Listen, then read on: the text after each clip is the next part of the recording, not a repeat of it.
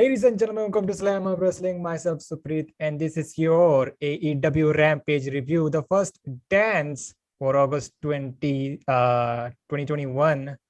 Joined by Abby and what should I say, man? The tide in professional wrestling has changed. I would agree absolutely. Man, what a fucking moment. What a fucking moment.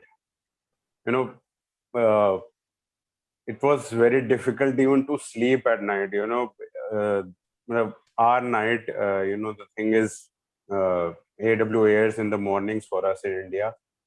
The energy was palpable even to me, who surrounding the social media, everything, Tony Khan's comments on Busted Open, everything leading up to, today's show.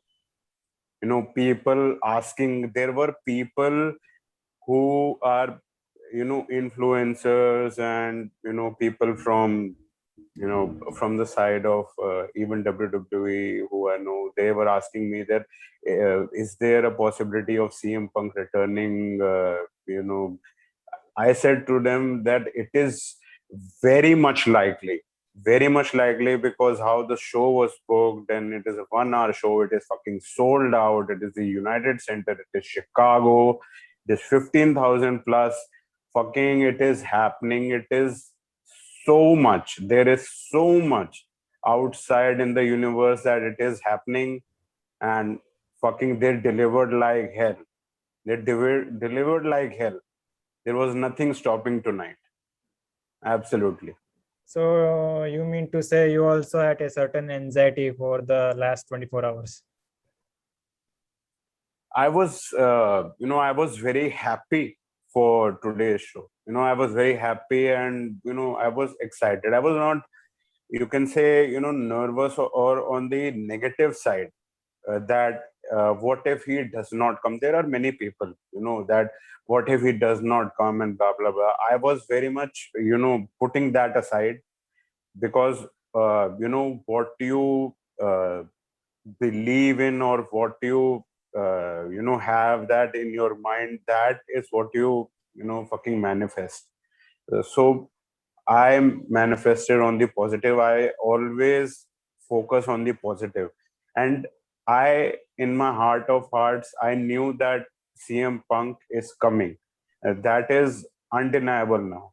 That he would be returning. There is, without a shadow of a doubt, it is happening. It is happening, and it happened. And I'm very glad that it happened today, or for the United States, and tonight on Rampage, the first dance. Brilliant moment. And do you believe this experiment? Yes, kind of a weird experiment by Tony Khan. Like he kind of said that CM Punk will be in Chicago in the United Center in a way, and he didn't announce it, but he kind of gave it away. Yeah, something is happening on the show. So you could say that is a smart strategy by Mr. Khan here. Yes, absolutely. It was smart, and he and Punk in the media scrum post the show, they also said that they wanted to create a moment, that there is a buzz which was palpable worldwide, and people would be talking about it. They want to tune in. If he had announced it that fucking Punk is coming, probably it would have garnered a buzz, absolutely, but it would have had a little, a slight down, that you know an urge, a curiosity. The curiosity factor, sometimes it fucking goes away. That okay, Punk is coming. I will, watch the clips of YouTube on YouTube later, or maybe Instagram and stuff like that. But when the moment becomes a curiosity, that what if he will come? What if he not? That makes you tune into the whole show. That and also it is also creating a buzz for the show, that why did they book CM Punk on a Rampage and why not on Dynamite? That was because they also wanted to create a buzz for Rampage, that people should know that there is a show called Rampage. AEW Rampage is our second show.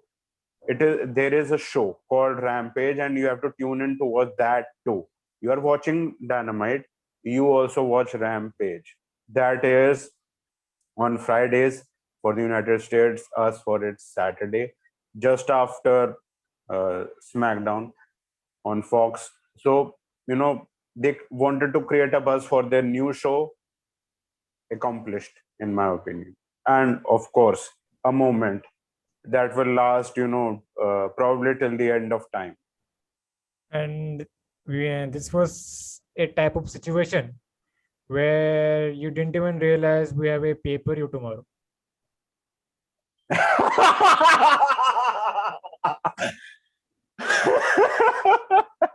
And by the way, this is being headlined by Cena and Reigns.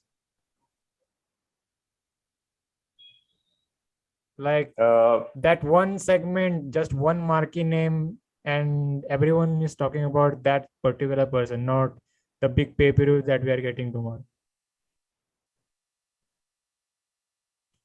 That speaks volume, absolutely. And it was the fans were clamoring for it for 7 years plus. That speaks, obviously, it was a big moment. Absolutely. I do not want to go down to anything regarding WWE, because I am not resonating with the product, so I do not watch. People, they watch it because they want to trash that product. Many people still watch it. I am of the opinion, if you do not resonate with the product, or you do not like watching something, just detach yourself from that, rather than subjecting yourself to the particular thing. And after this Rampage show, I seen a lot of people, jumping the bandwagon suddenly. I don't know why.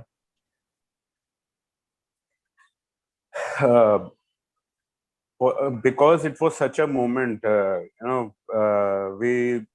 was such a massive pop, and we also saw such a reaction from the Chicago faithful in the crowd, and all the things which happened during the promo. That everything, the promo was, in my opinion, top notch, because it was heartfelt. First of all, they didn't, as you have pointed out in the past, that and I also agreed to that they have rushed their promos. So I also said that they cannot do that with the likes of Bryan Danielson or CM Punk. They have to get the fans invested and tuned in to everything that is happening. And when Punk was sitting on the ramp, I also got something in my eye, and that also the water in my eyes also increased as they zoomed in on the guy who was fucking crying in the crowd. That speaks to that moment. It was organic, and the people were clamoring for that for years. We have heard the numerous CM Punk chants, which are a sign of rebellion towards the product, which is or the moments which sometimes uh, questions your logic, which sometimes questions your instinct, that what the fuck is happening. So that speaks to that rebellion, and it got answered. Your it was such a great moment. All the facets. He also sold the pay-per-view. He also sold the guy Darby Allin, and he said that I am facing him at All Out in September. Tune in. So all in all, it was a great promo, and it also got the fans in. WWE or even the other fans who have tuned out of wrestling, which I also touched upon on the New Indian Express article, which was written by C.L. Ramakrishnan. So let's see, in the future, what effect does CM Punk have on the ratings and the buy rates of all the promotions, AEW and their partners. And about the card, the 3 matches on the card, I think it was designed in a way like it is somewhat of important television, but we got CM Punk, and like that CM Punk is going to be the end goal. That's going to be your big moment. The matches is going to serve its purpose, and move the television forward. So in a way, I didn't have any problem if you think in that way. So Tony Khan did a great job, booking this smartly. Give us some kind of random matches and some matches that are really progressing the current storylines. Yes, absolutely agreed. They could not have had other matches like maybe, for example, championship matches, because they could have been overshadowed by, as you said, the CM Punk debut. So they had the other matches, as you said, progressing the storylines forward for the big moments to come. Probably they would be at the pay-per-view or the special dynamites, which they would be booking in the foreseeable future. So yes, the show was designed for the return of CM Punk after 7 years to professional wrestling, and in his words, from 2005 to professional wrestling. So yes, absolutely, the first dance, it was designed for CM Punk, and people are coming for 15,000 plus people for a 1 hour show. And the main attraction, when people would enter, the people would leave, would be they would have in their minds the CM Punk returning to wrestling and debuting on All Elite Wrestling. And the placement of his debut was also absolutely bang on, because if they had booked it in the middle or at the end, it could have overshadowed and it would have pissed on all the matches of the card. So booking his debut, or you can say the return to professional wrestling at the start, was absolutely bang on. Kudos to the booker and the people who are the agents, so to speak. Are you Absolutely correct. are you saying in a rating aspect or just in general? Now, the placement that they did was absolutely correct. And also, yes, of course, it was heartfelt and everything. It was, you can say, it had everything which the fans were clamoring for years. I do not think that the people would have wanted more of anything from what they saw of CM Punk today. Because if we were thinking of CM Punk wrestling today, for instance, I would think that CM Punk wrestling on a pay-per-view would be making more sense, because that would draw you money, and that would also be a special attraction. That yes, there is a marquee guy, a main event bona fide, legend. He is returning to the ring on a fucking pay-per-view, rather than on free television ratings and stuff like that. Don't go WCW. Don't go there. WCW in their they were only at one time concentrating on the ratings, only the ratings. So don't do that. You have to make money. Then your storylines You have to week to week basis. You have to book through that. End goal is always the pay-per-views.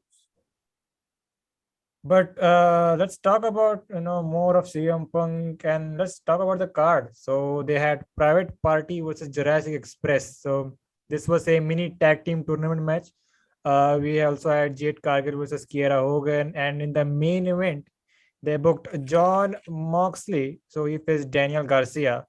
So, but before that, if you're new to Slamhub Wrestling, then make sure to like, share, subscribe, do all that fun stuff.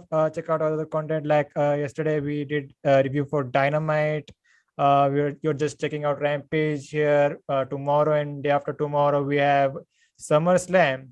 And seeing the build, I call it Summer Scam, the lamest party of the summer.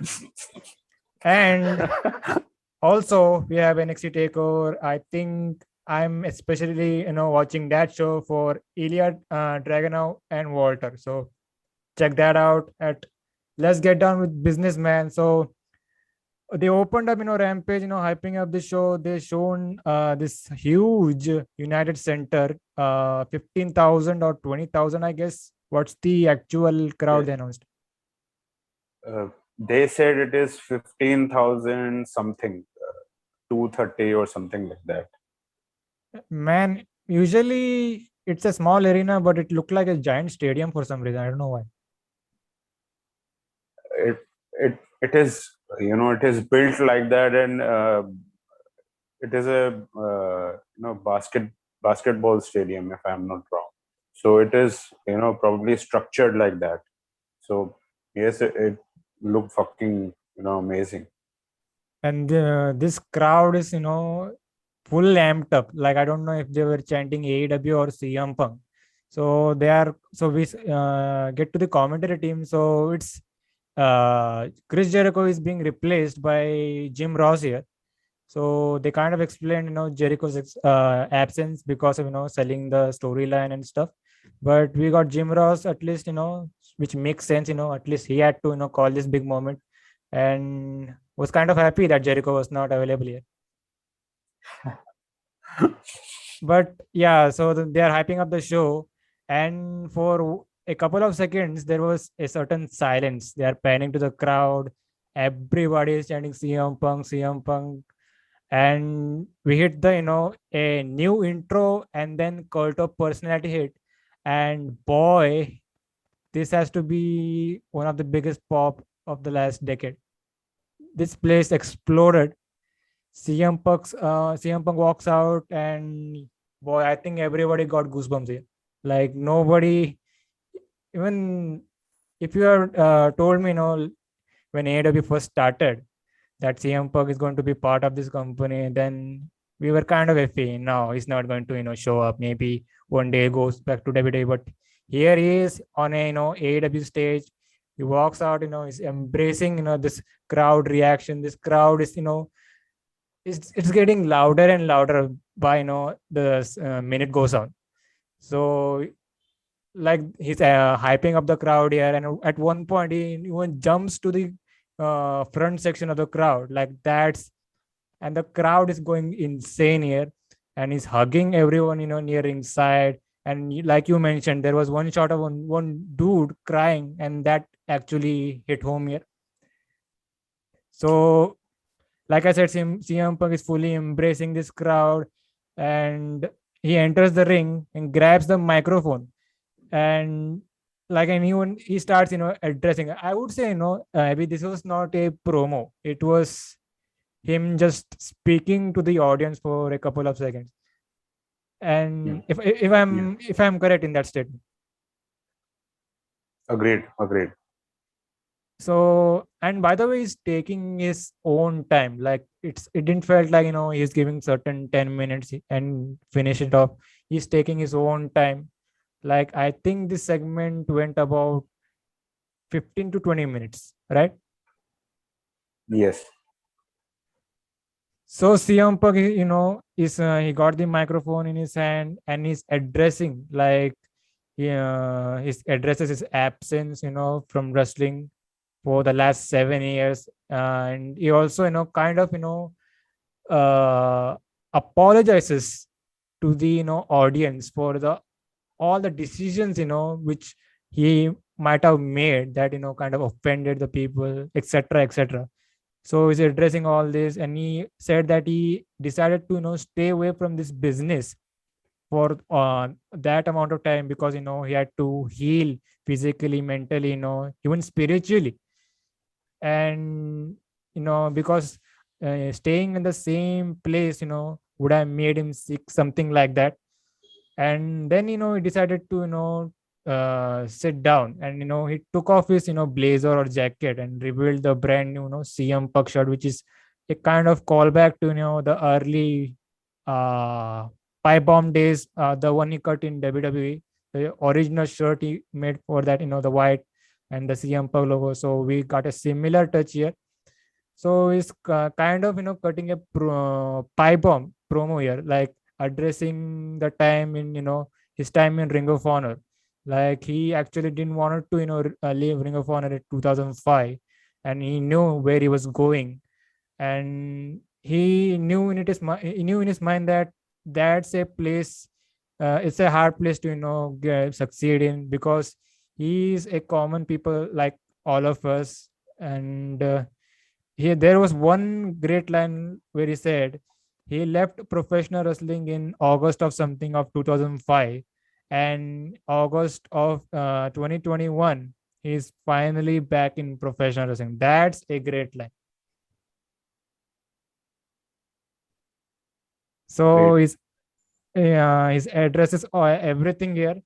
And then he starts talking about the AEW roster, and he wants to work with the young guys.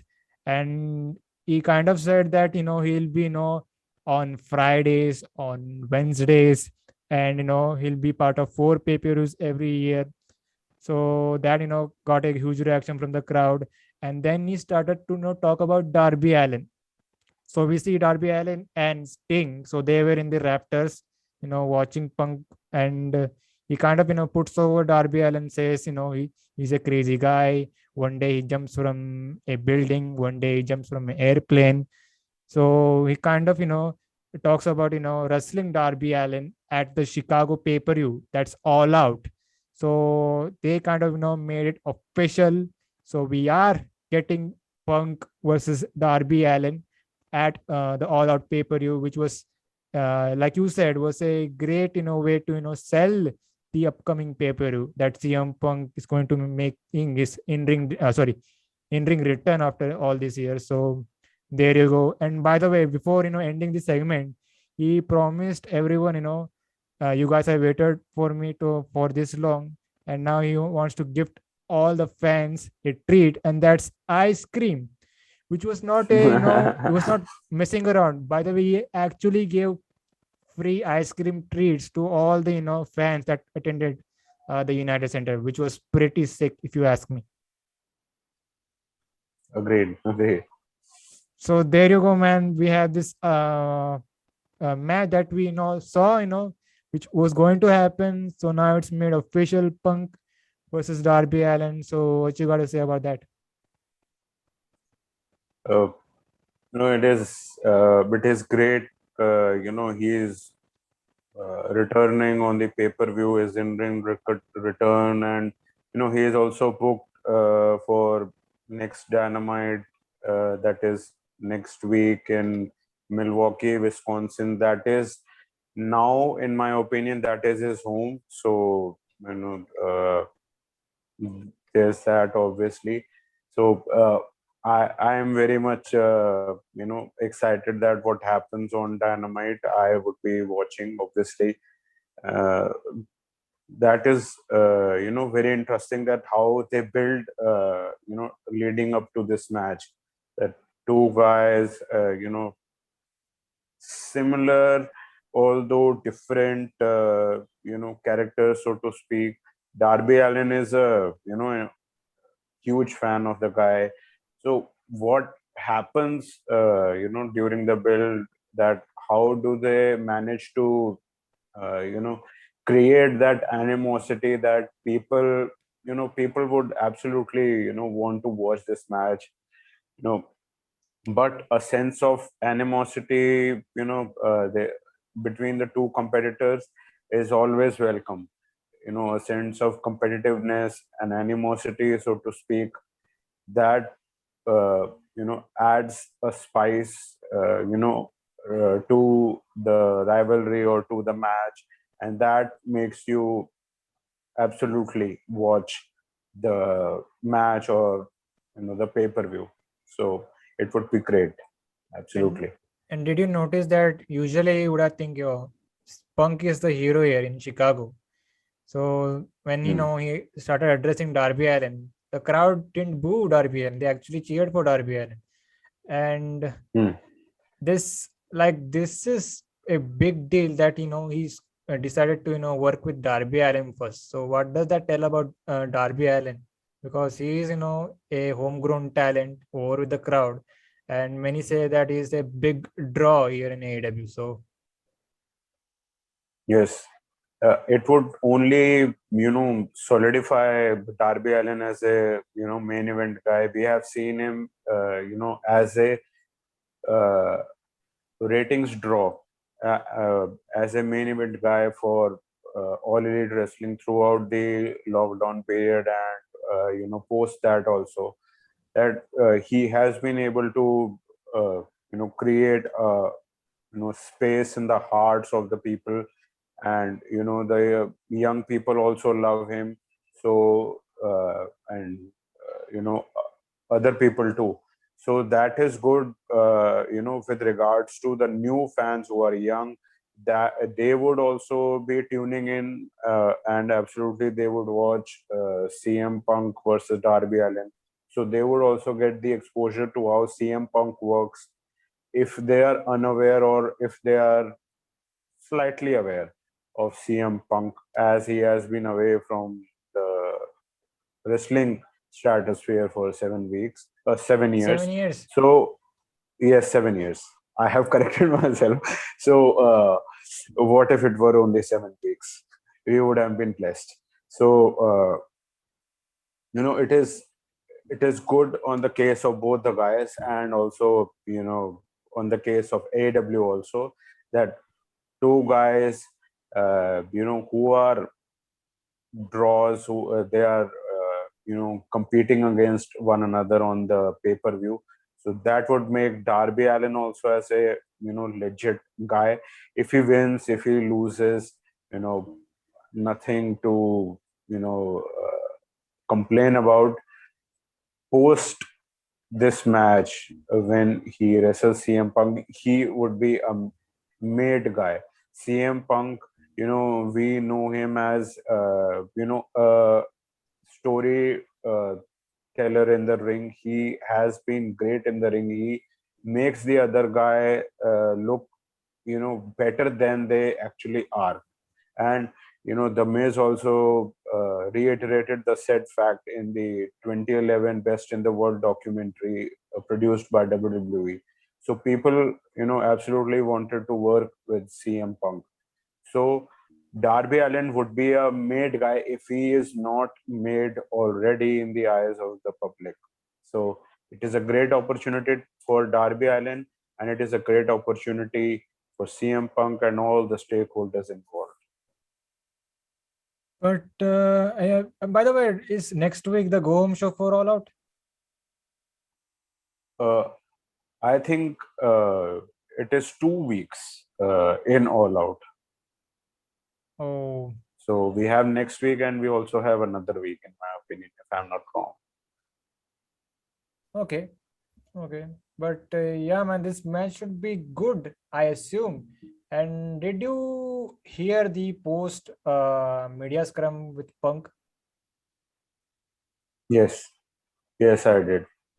Uh, there were, things that were expressed there. That Punk, he is on a full-time deal with All Elite Wrestling, and he said that Tony would want me to work with the other promotions. Then I would absolutely do. That is company speak.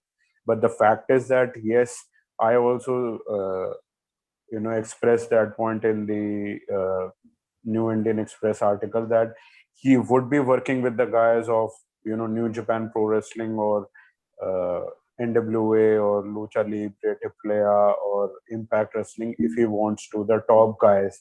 And we know, who would be, he be working with somewhat.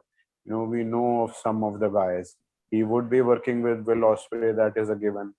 And we know of some of the other guys. He would be at some point be working with, it is the dream match, uh, Kazuchika Okada versus CM Punk. It would happen at some point, So the Small. some of the match. I think with Punk, it's a small, you could say, bridge.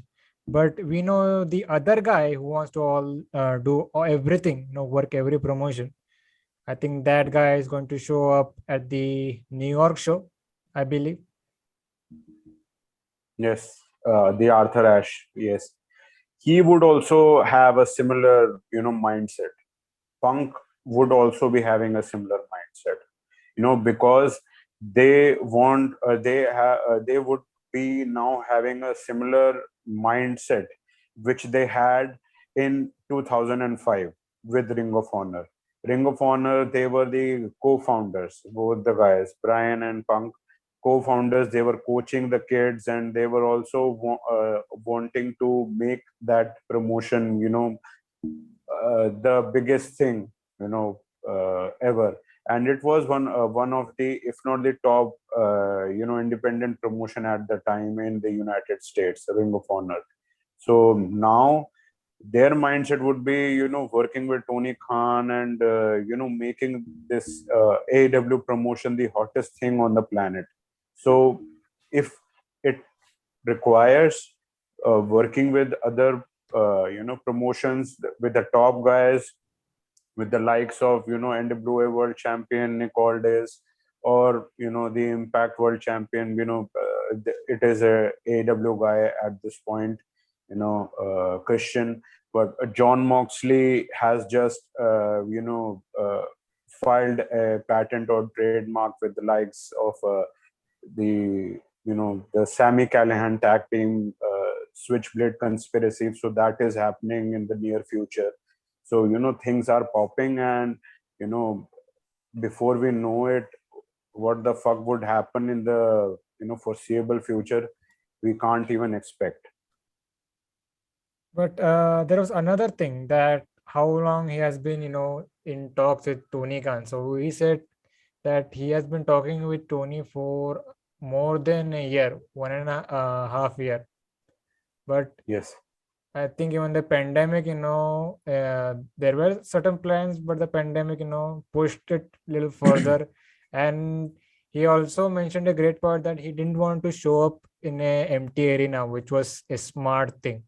Remember February, we were predicting that who's this big signing going to be. So it was fine that it was Christian, but this was a great moment. The timing was perfect for him to come to Chicago and do this big reveal.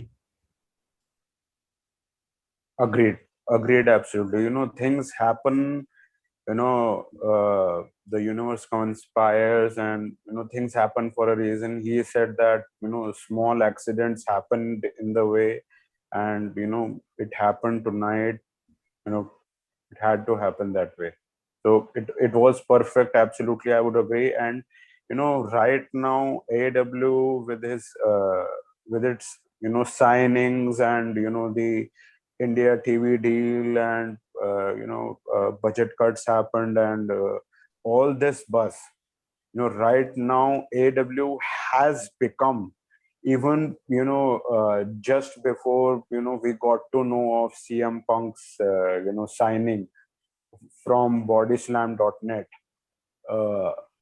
we got to know that AW just became the hottest thing on the planet with regards to the wrestling product.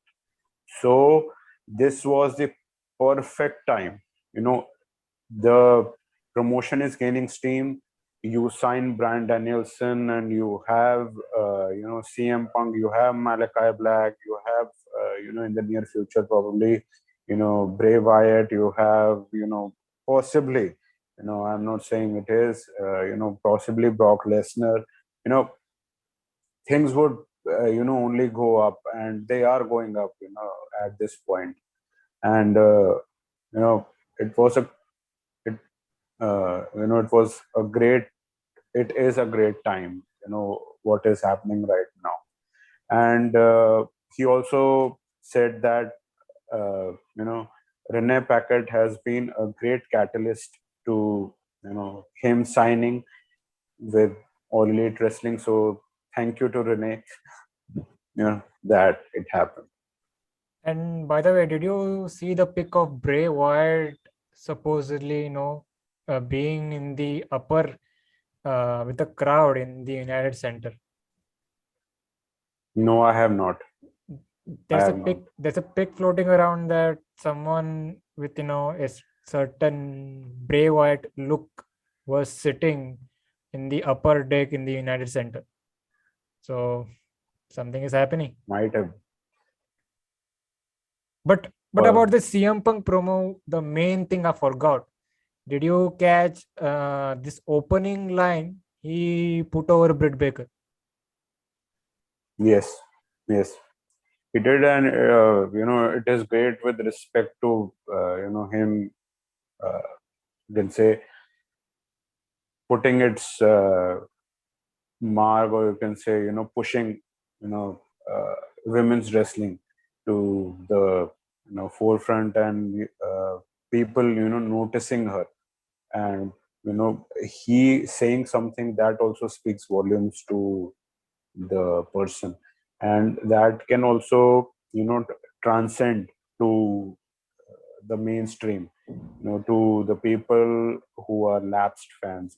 They would want to check out and want to know about Britt Baker. So that is obviously a great thing. Absolutely. And there was one more thing that he actually kind of waited to, he also took opinions from the certain guys that he has shared locker room with in the past. He took their opinion and he actually waited to see what AEW is going to, become. And he also pointed out this example of Brody Lee, and that whole situation, and it kind of hit home with him, and that's how all those talks came about. And yeah, finally CM Punk is in talks with Tony Khan, and he wants to get in AEW. It is good and it is smart. Absolutely. If you are at such a level of a legend status, that you would not want to step into a venture that is not on stable ground. And the working environment is somewhat of you know uh, there is it is toxic, or you can say that is not very comfortable for you in whatever way you think. If you feel comfortable and you feel that the promotion is going to last for the foreseeable future, then you put your feet uh, in, or you jump with both feet. So this whole lockdown period, AW survived, and and now just after we are seeing it thrive. So that speaks volumes to uh, the All Elite Wrestling, and how will it with the right things coming about with regards to storytelling, and the right moves with regards to business and stuff like that. If they all come into play for the foreseeable future, yes, absolutely, All Elite Wrestling would succeed and would gain new fans, and also would uh, you know be able to satisfy the existing fan base as well, and would continue to grow for the foreseeable future. So I want to ask you, as we conclude the CM Punk part of this review, so is it safe now that we can put CM Punk in the same category with The Rock, Roman Reigns, and John Cena? Because certain guys were not, in the up with, considering, that CM Punk is such of a big dude and star in this industry. Uh, the thing is that people, think of, The Rock or Cena with regards to, or, categorize them as, legends, or draws based on that how much money they draw based on their, pay-per-view marketability, and how, and the, the revenue they were able to generate with regards to merchandise, and also the ticket sales. So that would also be, a thing with regards to only AEW, which would be, we will, witness in the foreseeable future. But the thing with regards to the status with and the stardom which he has attained, it is, undeniable that he is indeed a legend. And with regards to people saying that he did not attain a certain sense of the fact that he was not a draw on the level of Cena or The Rock, you know, uh, probably Roman Reigns said that, and many other people would say that as well. Probably Roman was in character, but the fact is that when you are booking, CM Punk is the WWE champion, and then you have the main event as John Cena versus John Laurinaitis. You know, that is a little, problematic. And also, the company, is not pushing you to the full, as you they do with regards to they did with Cena or The Rock or Stone Cold Steve Austin or Roman Reigns. When the whole machine is behind you, then you are able to become what your potential is. But the fact is, when the machine and you are at odds, and you are fighting for everything, that your ideas and stuff like that, then how you can succeed on only such a level? There would be a ceiling, and Punk probably, possibly broke that ceiling, but there was a point where, he wasn't able to, you know, break that, because he was, being cut down by various reasons. Politics are involved, and, personal, grudges with regards to whoever were there on in management. The summer of Punk got, derailed at Night of Champions when Triple H was, doing his thing.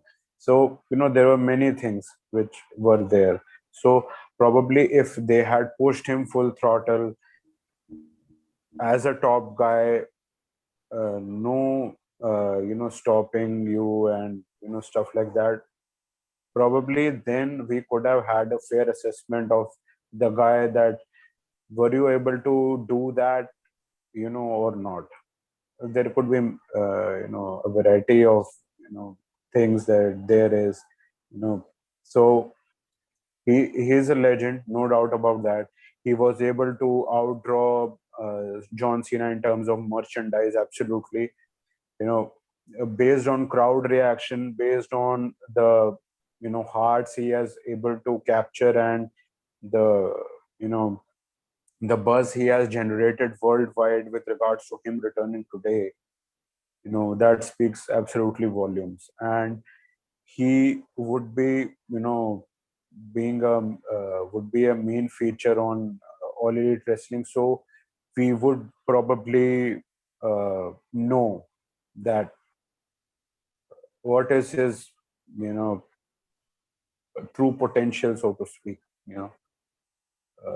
in terms of drawing or whatever the fuck you want to you know compare or measure him based on that aspect. Go ahead. There you go, man. CM Punk is all elite. Our 7-year wait is finally here. Good things, interesting times ahead. Like I said last week, and now that he is here, I think we need to start focusing more on the pay-per-view, All Out.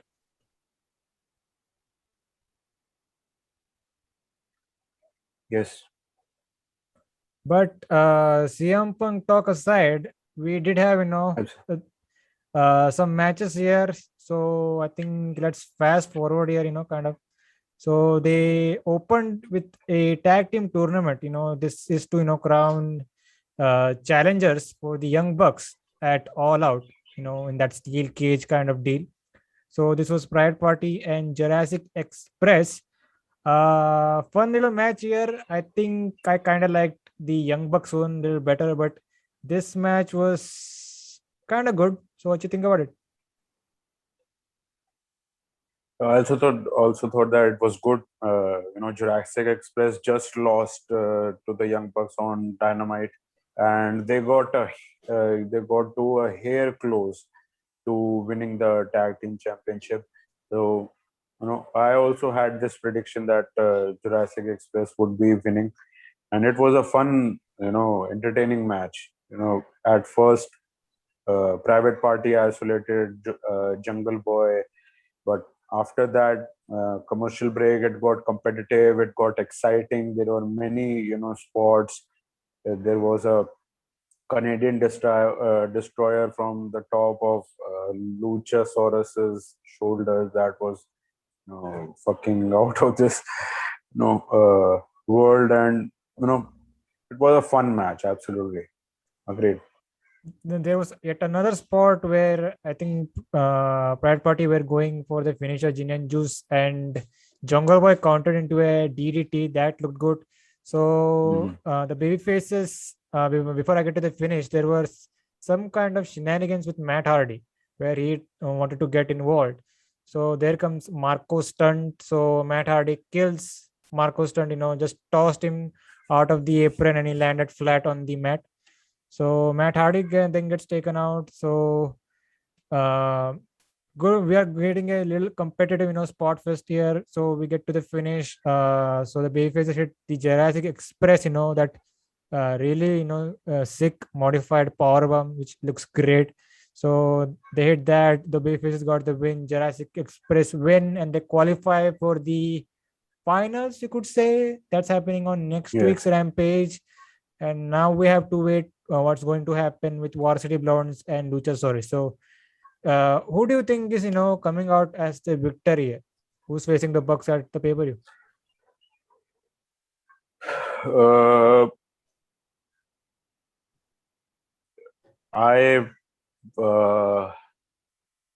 I do not know at this point. It is very interesting to see what happens with regards to it. I think that probably it would be Jurassic Express, and Jurassic Express, the thing is that they also have this steel cage in play.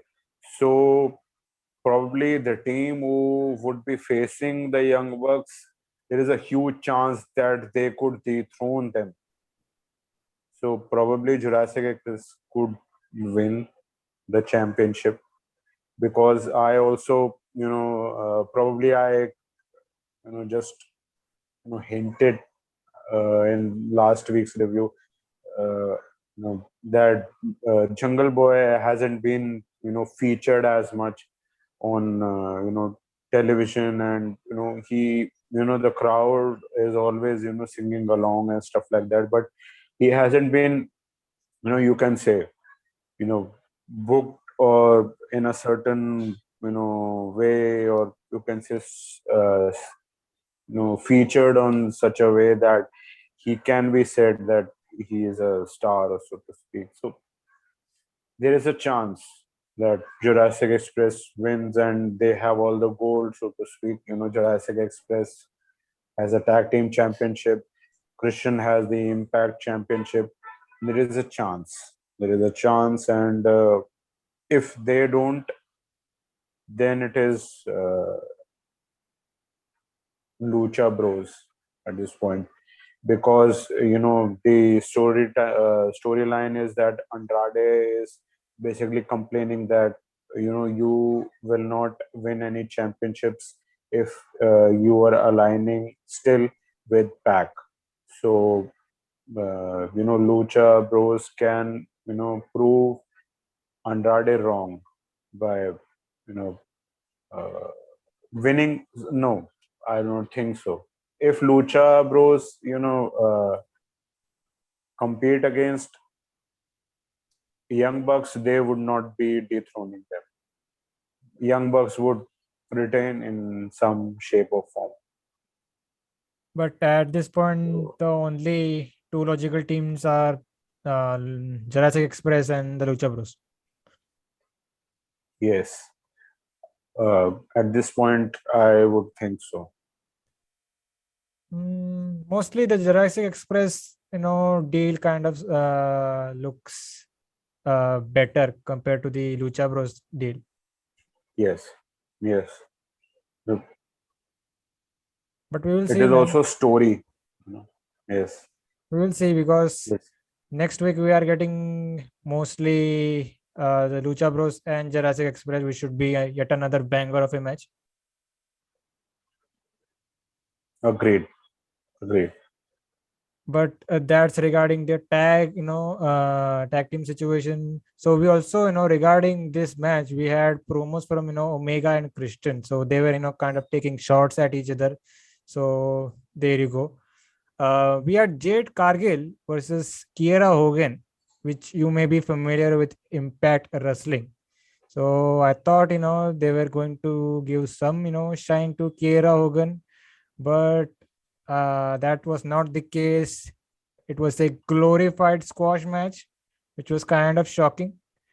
So they did give some offense to Kiera Hogan, but Jade Cargill put her down, hit her finisher, the Jaded, and that's it. Kind of shocking outcome. What you think? Kind of shocking. Yes, you can say that. Somewhat. No, but the thing is that right now Kiera Hogan has not been on Dynamite. She has only appeared on Dark or Dark Elevation, if I'm not wrong, and she competed against, I guess, Shida, if I'm not wrong, and she is a. I'm sorry. Yeah. She has competed against Shida in one of those dark matches. Mm-hmm. All right. They, I she has not competed on television, and she is just having her first match against Cargill, so you can expect that she would be not be having a great uh, you know set of offense, and also with the time constraint, that also plays a factor, so to speak. So nonetheless, if she impresses the officials, so to speak, then she would get signed along the way. Right now, she is a free agent in my opinion, and you know she was in a tag team on Impact Wrestling. It was, I guess, Fire and Flavor, if I'm not wrong, and uh, she is also booked for Empower NWA show, that is an all-women show which would be produced by Mickey James.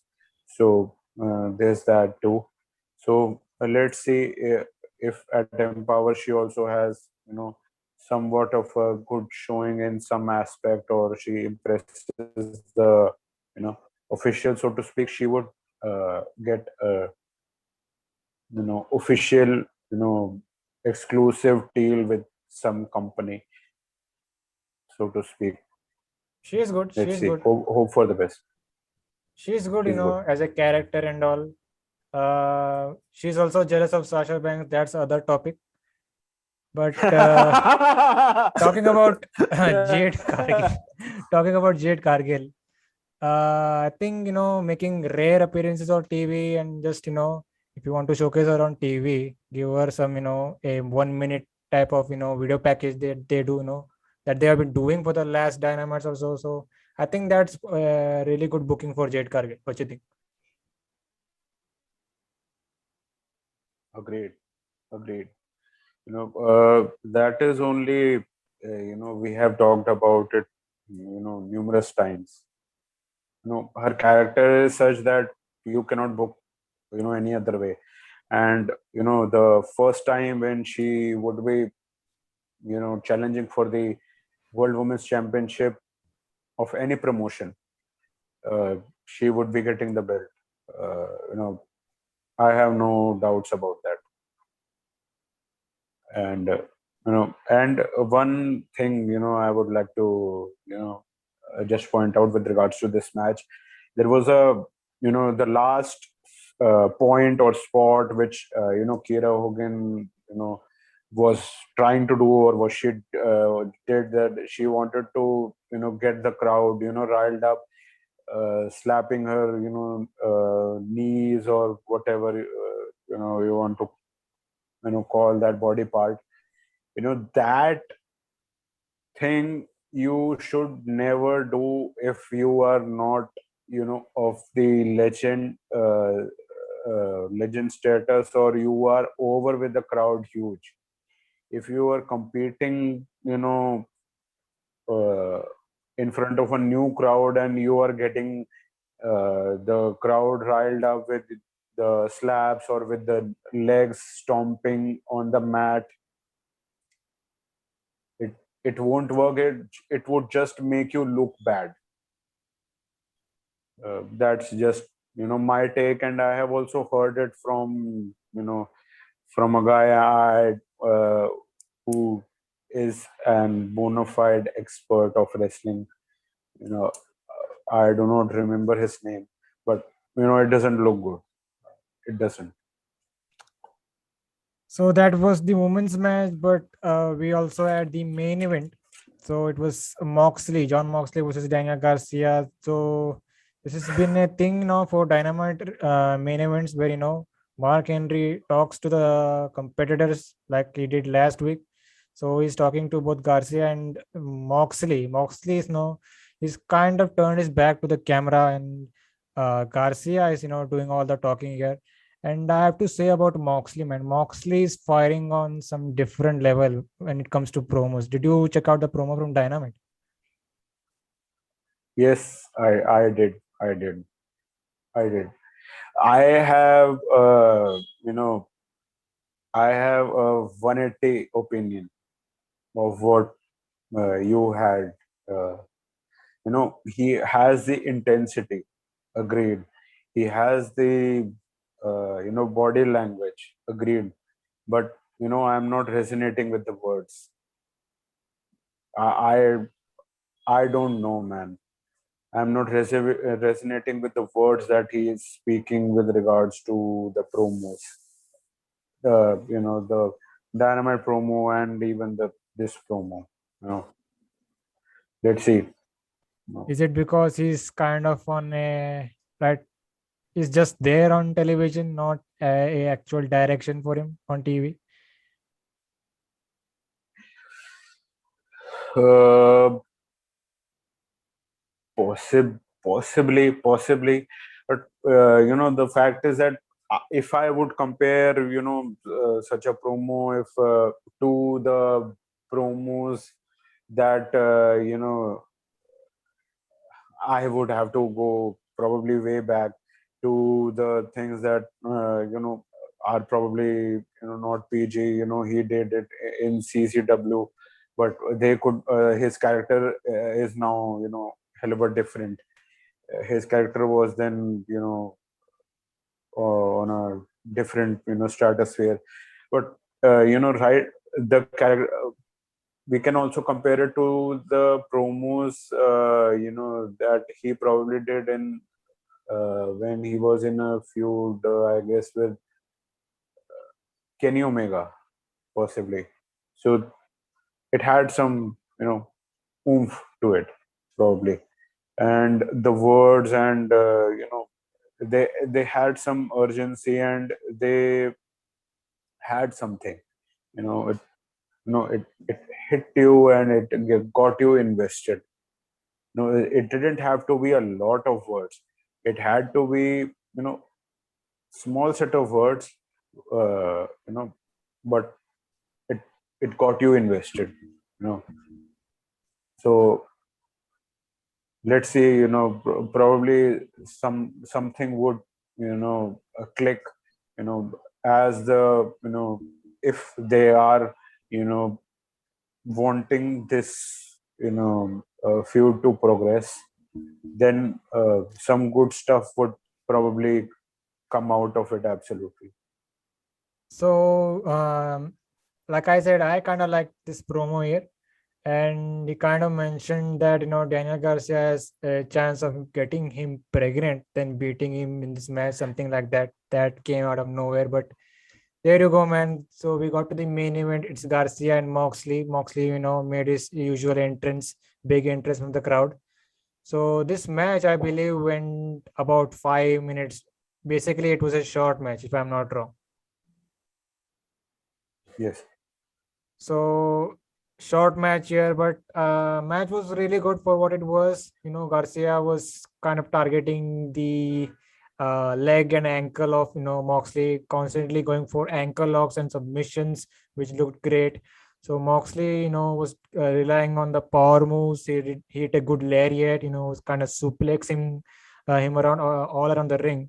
So we get to the final parts where Garcia had him in somewhat of a sharpshooter like submission, and Moxley kind of said fuck it, and he locked in a bulldog choke and strangled him to submission. That was really good. So I kind of really enjoyed the match and appreciated that it went short, but you gave the time and offense to Garcia. What do you think? Agreed, absolutely. It was an entertaining match. Competitive, entertaining, a great outing for Danny Garcia. Absolutely. The story with regards to this match was obviously, as they said in the promo pre-match, with Mark Henry, that Danny Garcia wants to make a name for himself, as do 2.0. So what better way to go, after, the biggest dog in the yard, that is, John Moxley, Eddie Kingston. So they attacked Moxley and Kingston at the start of Dynamite, this past week, if I'm not wrong. Yep. Yes. And Garcia showed a lot of potential these past weeks, since they have debuted. Immense potential, and he, I guess, faced Darby Allin in singles action when he showed his submission prowess, and he got in, I guess, the sleeper hold, crossface chicken wing, and he showed a lot of his prowess, that what he can fucking do in the ring with regards to submissions. So that catches the eye of a lot of people. It caught my eye. It could have caught your eye too, and others as well. And in the management of All Elite Wrestling as well. So and as you said, Garcia focused and attacked the left knee of Moxley, which they attacked on Dynamite with a crowbar, and it was a good story if you look at the Dynamite, ambush, and what we saw today or tonight, whatever you want to call that, on Rampage, first dance. So But good work. good showcase for Daniel Garcia, for this last 3 weeks. So maybe a potential signee if they want to. Absolutely, agreed. They putting against John Moxley makes that they see potential in the guy, and he would be signed, without a shadow of a doubt. And they also, I guess, stopped him, or probably they uh, got him back from an independent wrestling promotions date. He was probably going for an independent wrestling promotions date. So AW probably got him back for some stuff, and they, you know, paid the said independent wrestling promotions the amount for his lodging and for his, whatever expenses they were about to, and they previously did incur with regards to booking Danny Garcia. So, there are things brewing with regards to Danny Garcia. So probably they would sign him if they haven't already, you know. So there's that. And by the way, we also had a post-match stuff with the heels coming out and attacking both Moxley and Kingston over there. And we had Sting and Darby Allin, saving both Kingston and Moxley. So it was nothing much. The bay faces are beating up, 2.0 and Garcia. And yeah, that's pretty much how the show went off the year. I think I kind of expected CM Punk to show up here, but they are going a little easier. So simple way to end the show, and that's it. Yes, pretty much it.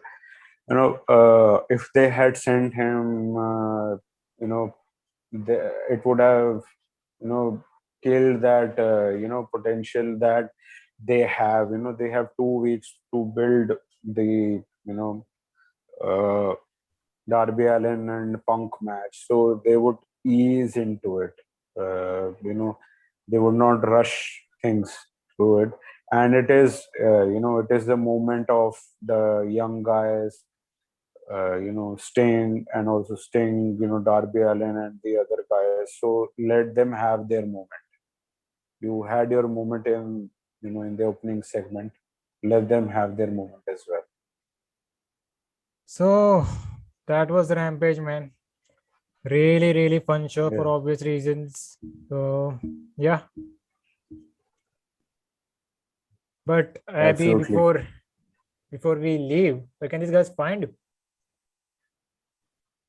Guys, you can find me on Instagram, Twitter at Abby Maniac. Yeah, there's that. And you can find Slamhub Wrestling on Twitter at SlamhubW, Instagram at Slamhub Wrestling. You can catch this review on the audio platforms like Anchor and Spotify as well. This was the Rampage review, and see you guys next time. Are yes.